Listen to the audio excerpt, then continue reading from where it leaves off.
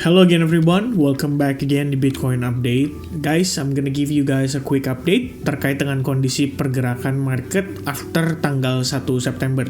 Jadi kita udah bahas banyak banget ya pada saat live streaming 2 hari yang lalu. Itu udah jelas banget guys, dari manipulasi candle pada saat open weekly dan monthly. Kemudian kita ngomongin soal seasonality pada bulan September tuh rata-rata kayak gimana. Kemudian pembahasan yang berikutnya juga nggak kalah pentingnya, benar-benar menjadi dasar dari pertimbangan kita untuk hold posisi atau melakukan transaksi ya saat ini gitu kan. Kira-kira gimana planningnya untuk periode September hingga kuartal keempat nanti. Nah guys, perlu dipahami ya kalau di akhir kuartal 3 pada bulan September ini secara seasonality memang ada kecenderungan merah. Bahkan kita bisa bilang 4 dari 13 dari 12 ya, saya lupa ya teman-teman ya. Yang 4 dari harusnya lebih kurang 13 ya. 4 tahun dari 13 tahun terakhir itu cenderung memerah pada saat di bulan September. Nah, jadi apakah itu bisa dijadikan acuan ya? Sebenarnya belum bisa juga guys ya, karena kita semua tahu saat ini market itu udah berbeda ya environment-nya, transaksinya juga dipelopori oleh institusi-institusi besar. Kemarin libur ya teman-teman, karena hari Senin libur, Labor Day di US, jadinya nggak ada aktivitas dari ETF. Hari ini harusnya bakal memicu volatilitas ekstra during New York session karena pending order atau pending transaction yang berlangsung dari hari Sabtu, Minggu sampai ke Senin kemarin itu baru bisa dieksekusi hari ini. Jadi kita baru tahu nih kira-kira market itu atau whales itu FOMO buying atau tidak gitu kan. Kalau mereka FOMO buying ya harusnya ekspektasinya dia bisa membantu mempertahankan level key support di kisaran $110.000. Jadi memang kita ngelihat di sini kondisi kita masih konsolidasi aja, bukan konsolidasi sih, tapi kita ngelihat dia masih testing antara support resistance di level 110.000 sampai 109.000 lebih kurangnya. Dia back and forth aja di sana. Nah, teman-teman sekalian, untuk video kali ini saya ingin menekankan pada pembahasan seputar labor market ya. Jadi labor data teman-teman.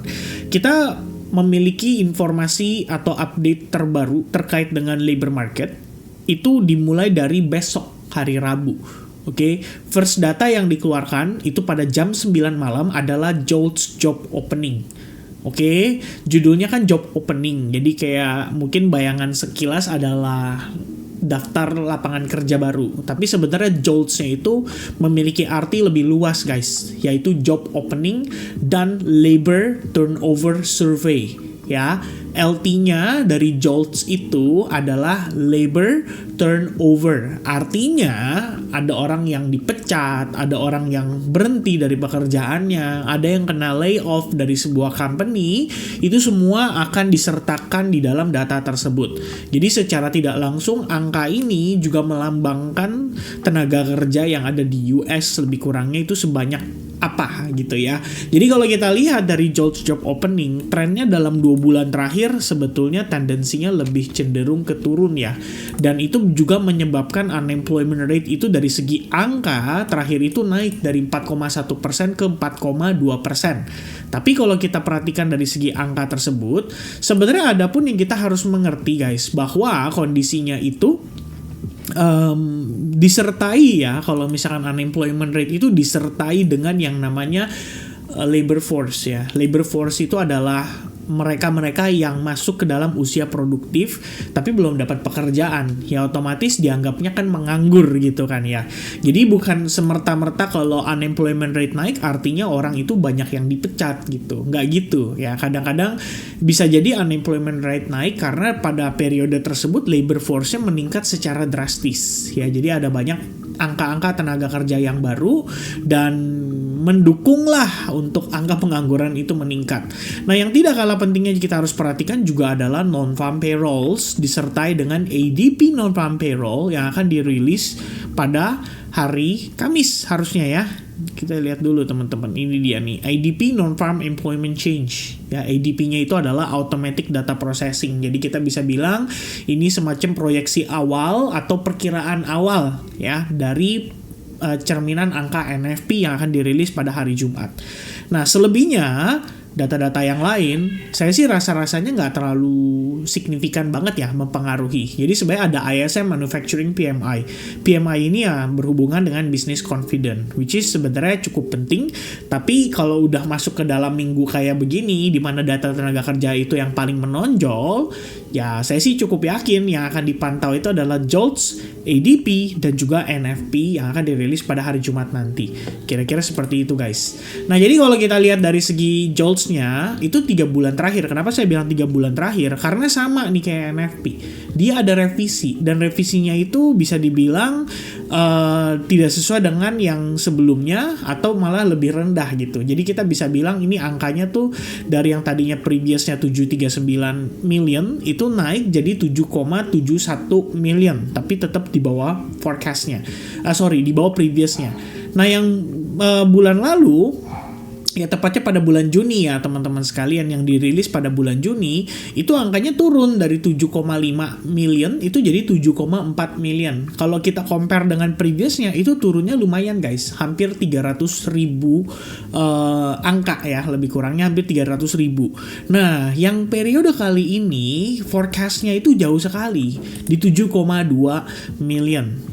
In fact, kalau misalkan 7,2 million, ini mendekati angka yang relatif rendah pada tahun 2025, yaitu terendahnya sempat di 7,1 million orang ya, lebih kurangnya teman-teman. Nah, dengan demikian, kita bisa mempertimbangkan apakah The Fed akan melakukan pemangkasan suku bunga atau tidak. Karena pada Jackson Hole terakhir, Jerome Powell itu sebenarnya secara tersirat ya, menyampaikan bahwa resiko stagflasi itu meningkat. Nah, stagflasi itu apa teman-teman? Jadi ketika suku bunga tinggi, harapannya itu kan bisa menekan yang namanya angka inflasi. Oke, menekan angka inflasi. Dan di satu sisi, ini yang ideal ya by the way. Jadi suku bunga tinggi menekan inflasi dan terjadi yang namanya perlambatan ekonomi, teman-teman. Oke, perlambatan ekonomi otomatis akan mempengaruhi apa? Data tenaga kerja juga.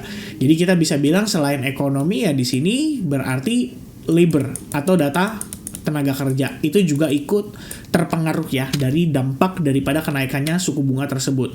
Nah, yang terjadi saat ini adalah inflasinya naik, tapi ekonomi dan labornya turun, kira-kira begitu ya. Maka dengan demikian kondisi tersebut rawan terjadi yang namanya stagflasi. Nah, itu disampaikan secara tersirat. Jadi dia tidak ngomong specifically nyebut bisa terjadi stagflasi gitu. Karena kalau dia nyebut itu resiko banget ya. Market akan berpandangan atau beranggapan bahwa ini berbahaya sekali gitu. Namun kalau misalkan hari ini, maksud saya minggu ini, data tenaga kerjanya meyakinkan The Fed untuk melakukan pemangkasan suku bunga lebih lanjut dan mungkin menjalankan serta meningkatkan probabilitas pemangkasan pada periode November mendatang. Ya, saya sih merasa ini adalah persiapan market juga untuk menerima lebih banyak liquidity pada kuartal 4 nanti. Ya, sebetulnya itu yang kita bisa harapkan. Ya, tapi satu sisi yang perlu diperhatikan juga, unemployment rate saya nggak mau angkanya menjadi angka kejutan ya. Jadi misalnya 4,2%, ternyata dia naik ke 4,4 atau 4,5%. Nah, itu secara short term bisa bikin market panik. Begitupun kalau angkanya baik ya. Contohnya non-farm payroll tiba-tiba ada kejutan nih, angkanya 200 ribu. Dari mana angkanya? Nah, itu kan bikin bingung. Karena kalau kita ngelihat secara historinya, lebih banyak sih angkanya direvisinya negatif, bukan positif.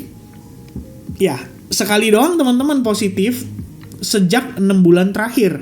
Itu pun terjadi pada bulan Mei ya, data bulan Mei yang dirilis pada bulan Juni, baru revisiannya itu di bulan depannya, tepatnya pada bulan Juli.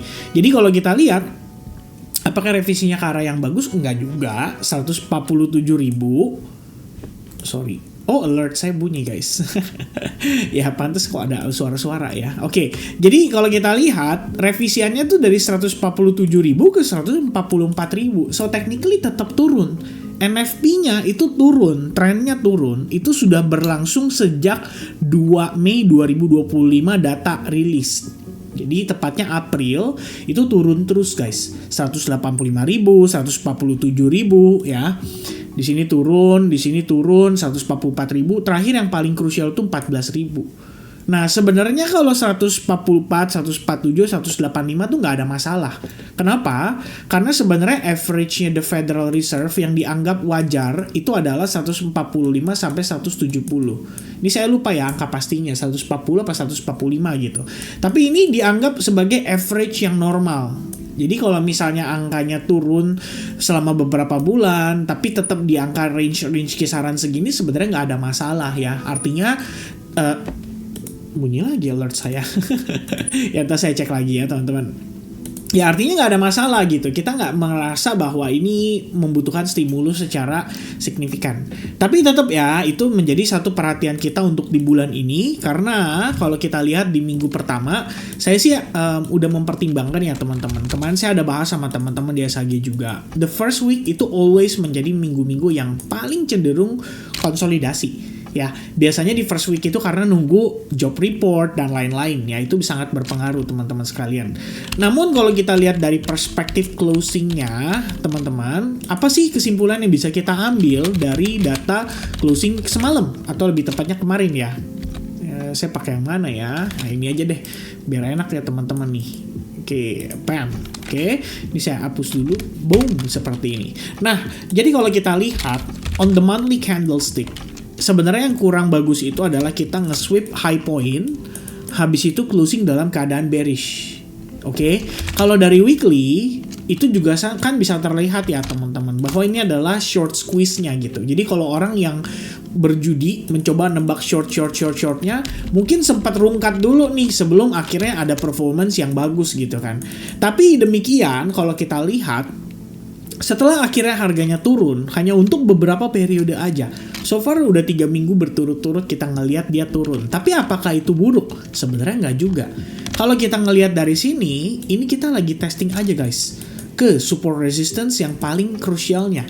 Dari perspektif time frame weekly, itu acuannya adalah berdasarkan all time high yang terbentuk di tahun 2024. Jadi itu kan ada sempat kita create new all time high nih. Baru 2025 kan ada progress lagi lebih tinggi kan. Nah itu sebagai resistance ya gitu. Jadi ini adalah sebagai resistance ya. Di sini sekarang dia berfungsi sebagai supportnya. Nah, berusaha untuk mempertahankan range area tersebut, Bitcoin coba untuk bertahan. Setidaknya dalam beberapa hari terakhir, kita mendapati indikasi dia coba pertahankan level atau zona tersebut. Ya. Nah, penentuannya tuh gimana untuk dia menjadi lebih tinggi lagi dari sekarang atau malah lebih rendah? Menurut saya sih bergantung dari data NFP minggu ini. Job reportnya gitu ya. Kalau job reportnya ternyata tidak ada surprise dan malah tetap mendukung the Fed untuk melakukan pemangkasan suku bunga lebih lanjut pada periode September nanti dan Oktober serta Desember, maka harapan kita adalah dia bisa langsung mempertahankan zona tersebut. Ya, jadi dia bisa langsung mantul naik ke atas karena kita ngelihat dari internalnya juga kan di sini ngebentuk semacam falling wedge ya. Ini on the daily perspective. Kalau kita pindahkan ke 4 hour pun tetap sama ya teman-teman, tetap valid sebagai falling wedge pattern. Falling wedge itu artinya apa sih? Artinya ya selling pressure yang berlangsung itu tambah lama tambah melemah guys. Jadi every time dia creating lower low, bahkan di sini kayak slow banget gitu. Nah, reactionnya makin lama makin kuat dari sisi buyersnya. Biasanya juga merupakan proses fase reakumulasi, tapi dengan kondisi yang cenderung channeling ngebentuk ke bawah gitu ya. Jadi kayak trennya bearish, mengundang retail itu untuk tetap melakukan short selling atau menjual aset Bitcoin mereka. Nah, di satu sisi yang nampung itu para whales-nya, ibaratnya begitu. Oke?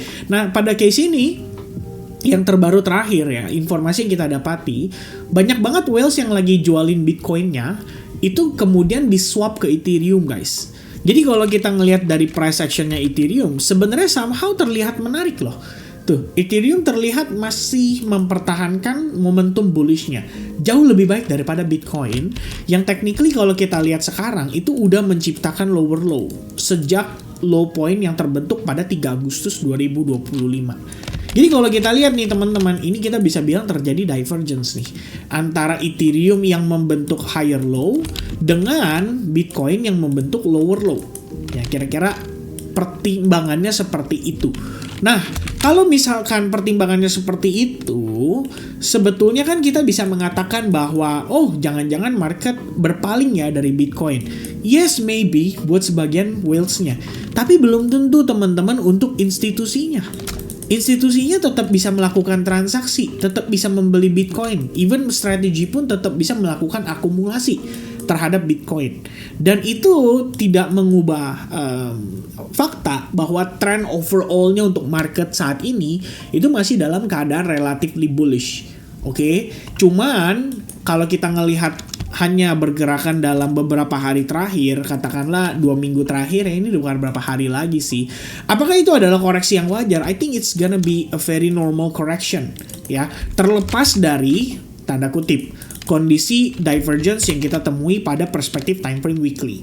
Mungkin teman-teman bisa berasumsi, wah MACD-nya udah divergence, RSI-nya udah divergence, udah nunjukin kalau ini bearish dan bla bla bla gitu kan. Tapi ada satu yang saya jadikan patokan buat saya cukup valid teman-teman. At least dalam beberapa tahun terakhir.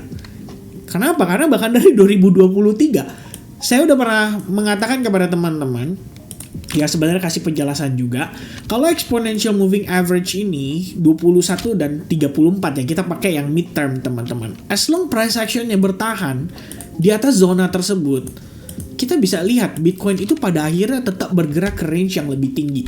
Ya, karena sebenarnya prinsip dari exponential moving average ini itu kan dia lagging ya teman-teman sekalian. Tapi juga menganut satu prinsip yang saya terapkan, yaitu market structure atau tren gitu. Jadi kita berbicara itu berdasarkan tren, bukan berdasarkan indikator momentum. Ya, bukan berarti kita meremehkan ya. Indikator momentum tetap jadi pertimbangan kita juga. Menjadi bagian dari analisanya. Jadi saya ngelihat, ada divergence. Oke, gue udah boleh hati-hati. Oke, kita juga bukan berarti harus dar-dar-dor jegar-jegar lagi transaksi dengan jumlah size yang besar. Apalagi kalau teman-teman yang mungkin baru masuk ke market crypto, terus Anda FOMO ngelihat kayak gini, gue pengen beli nih, gue ketinggalan nih, gue harus masuk dengan size lebih besar supaya bisa ngejar ketertinggalan gue dari teman-teman gue yang udah untung lebih dulu. Ya jangan berpikir seperti itu. Kenapa? Karena dari segi resiko udah gak sepadan teman-teman. Ya, setidaknya divergence itu muncul pun udah boleh jadi pertimbangan kita untuk lebih hati-hati, tapi tidak mengubah fakta dan tidak bisa dijadikan sebagai alasan utama mengatakan bahwa market itu udah totally bearish. Ya, kalau saya sih penilaiannya kayak gitu. In fact, kita baru testing exponential moving average 21 pada perspektif time frame weekly setelah kita bergerak di atasnya sejak 28 April 2025. Jadi total sudah 126 hari dan baru pertama kali kita ngetes lagi. Ya, technically hitungannya dari bulan minggu lalu ya, berarti 119 hari kita testing ke zona tersebut. Dan apakah dia udah klaim bergerak di bawahnya? Jawabannya belum. Ya, kalau internalnya nih misalnya kita pakai time frame-nya kecil gitu. Ya, bagian dari koreksi gitu. Di sini terjadi gitu kan. Semua ada gitu loh. Momen-momen ketika Bitcoin menunjukkan pergerakannya itu bergerak di bawah 21 dan 34 exponential moving average. So, apa yang terjadi saat ini bagi saya ini adalah part of the correction, part of the retracement. Ya, secara target mungkin kita bisa mempertimbangkan target terdekat itu ada di 107.320. Atas dasar apa saya mengatakan itu? Pertimbangannya adalah di zona tersebut kita melihat ada golden ratio dan ada previous support resistance yang sudah saya gambarkan di time frame weekly. Yang kedua, kalau dia bergerak ke range lebih rendah, di sini memang terdapat fair value gap. Gap itu kemungkinan mengandung passive order, ada buyers yang siap transaksi di sana, dan lebih penting lagi, di level tersebut merupakan Fibonacci ekstrim, area Fibo 0,79%. So itu adalah diskon yang relatif bagus lah kalau saya ngelihatnya. Nah jadi kalau untuk saya mengambil kesimpulan dari video ini teman-teman, kita boleh berpatokan pada internalnya dia punya pergerakan seperti ini. Ya, di sini kalau saya tambahin lagi ke time frame yang sedikit lebih tinggi, sebenarnya kita bisa berpatokan pada support resistance di sini. Ini kalau saya extend ke samping ini valid teman-teman tuh. Ya, technically ini adalah perbatasan nih between buyers and sellers gitu kan. Antara dia begini, dia naik, dia turun, retestnya di mana? Retestnya di situ lagi guys tuh. baru kemudian dia rejected turun. Nah sekarang kita lagi berusaha testing ke level atau zona tersebut. Pada perspektif time frame yang sama, falling wedge terbentuk, tapi kita juga belum menunjukkan adanya kemampuan berhasil breakout dari sana. Dan ingat, breakout itu bukan cuman begini ya, weak gitu, kayak keluar dikit terus dia bergerak begini. Nah ini belum ya. Breakout yang saya cari itu adalah seperti ini guys, solid candle, strong. Oke, katakanlah nggak kayak gitu, katakanlah begini deh, ya terbagi atas beberapa candlestick, misalnya begini gitu. Nah, ini tetap saya anggap valid breakout, ya. Di sini baru kita anggap sebagai solid breakout.